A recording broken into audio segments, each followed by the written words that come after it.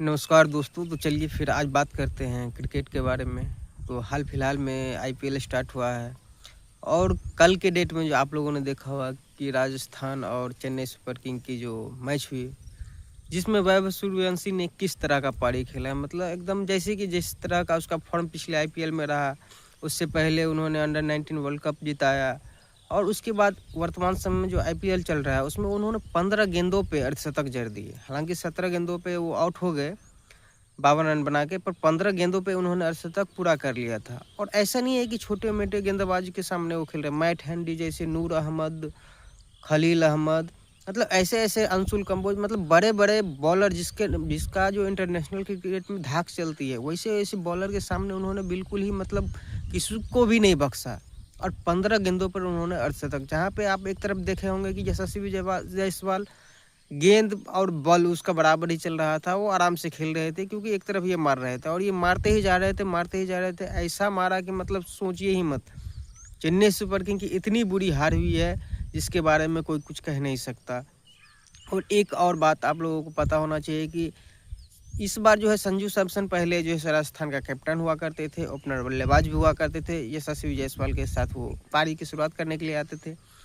और रविंद्र जडेजा जो था वो पहले चेन्नई सुपर किंग का था और रविंद्र जडेजा का जो है बहुत बड़ा, हालांकि रविंद्र जडेजा ने शुरुआत जो किया था अपना आईपीएल करियर का वो राजस्थान से ही किया था, पर वो उसके बाद 2 सीजन खेलने के बाद वो चले गए थे चेन्नई सुपर किंग में और उन्होंने कई बार जो वहाँ पे जो चेन्नई सुपर किंग ने जो 5 टाइटल जीते उसमें रविंद्र जडेजा का बहुत ही बड़ा योगदान है। और एक बार आप लोगों ने देखा भी होगा कि किस तरह से उन्होंने गुजरात टाइटंस को जो है फाइनल में बिल्कुल रविंद्र जडेजा ने ही वो मैच फाइनल मैच जिताया था।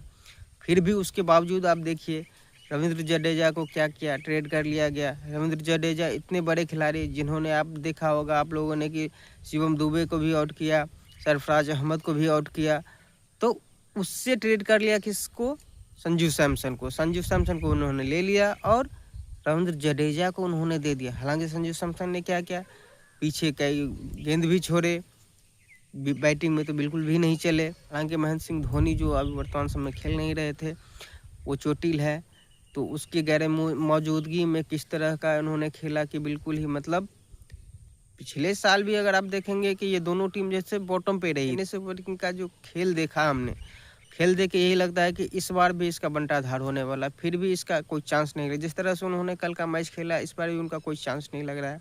तो मात्र एक लड़का जो बिहार का जो वर्तमान समय में जो नाम कर रहा है पूरे क्रिकेट में, वर्ल्ड क्रिकेट में जो नाम कर रहा है, वैभव सूर्यवंशी। हालांकि महेंद्र सिंह धोनी भी बिहार से ही थे, बिहार कट गया झारखंड बन गया तो झारखंड से खेले तो झारखंड का नाम हो गया। ईशान किशन वर्तमान समय में भी वो बिहारी ही बिहारी बाबू बोले जाते हैं, पर वो बिहार से खेलते नहीं हैं, वो खेलते हैं झारखंड से। झारखंड से ही वो खेलते हैं, झारखंड का ही नाम होता है, वो झारखंड के ही खिलाड़ी कहलाते हैं। वो बिहार के, वो अलग बात है।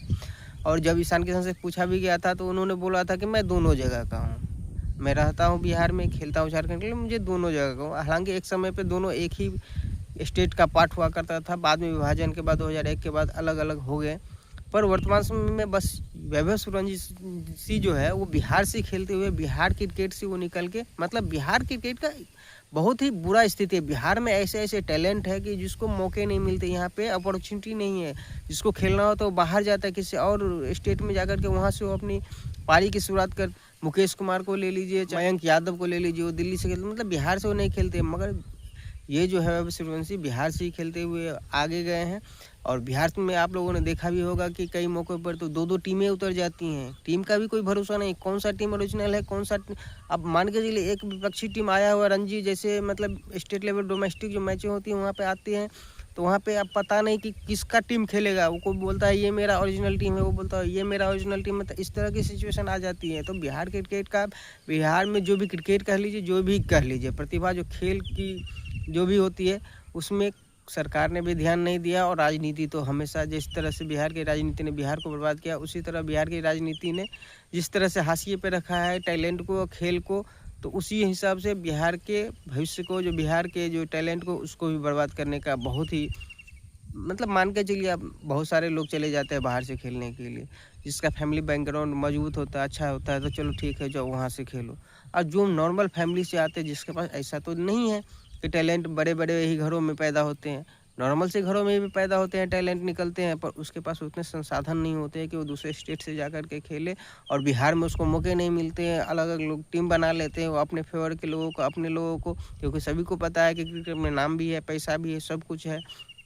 अपने लोगों को वो टीम में डाल देते हैं। इसीलिए अगर वर्तमान समय में सही तरीके से अगर टैलेंट को चुना जाए तो बिहार से ऐसे-ऐसे ऐसे-ऐसे वैभव सूर्यवंशी निकलेंगे जिसका कोई गिनती नहीं है। 10-12 ऐसे निकलेंगे। मैंने बहुत सारे मतलब जो लोकल लीग्स होते हैं वो खेले जाते हैं, वहाँ पर मैंने बहुत सारे ऐसे-ऐसे प्लेयर्स को देखे जो इस तरह के वो क्रिकेट खेलते हैं कि देख के आपको समझ में नहीं आएगा कि इसको आपको देखने के बाद आपको थोड़ा देर के लिए ये समझ में आएगा, सोच में आएगा कि यार ऐसे-ऐसे खिलाड़ी ऐसे गली क्रिकेट खेल रहे हैं। इन लोगों को तो आगे बढ़ना चाहिए, आगे जाना चाहिए। हालाँकि वो लोग मेहनत करते हैं पर वो आगे बढ़ नहीं पाते, इसलिए क्योंकि उसके पास संसाधन नहीं होता है, वो थोड़ा उतना नहीं आगे बढ़ पाते हैं, मौके नहीं मिल पाते हैं। अगर बिहार में मौका मिले तो ऐसे वैभव सूर्यवंशी बहुत सारे पैदा होंगे। तो चलिए खैर इस वीडियो को यहीं समाप्त करते हैं, फिर नेक्स्ट वीडियो में बात करते हैं, फिर आने वाले मैच में देखते हैं कि क्या होता है, क्या नहीं होता है। चलिए इस वीडियो को यहीं समाप्त करते हैं। जय हिंद, जय भारत।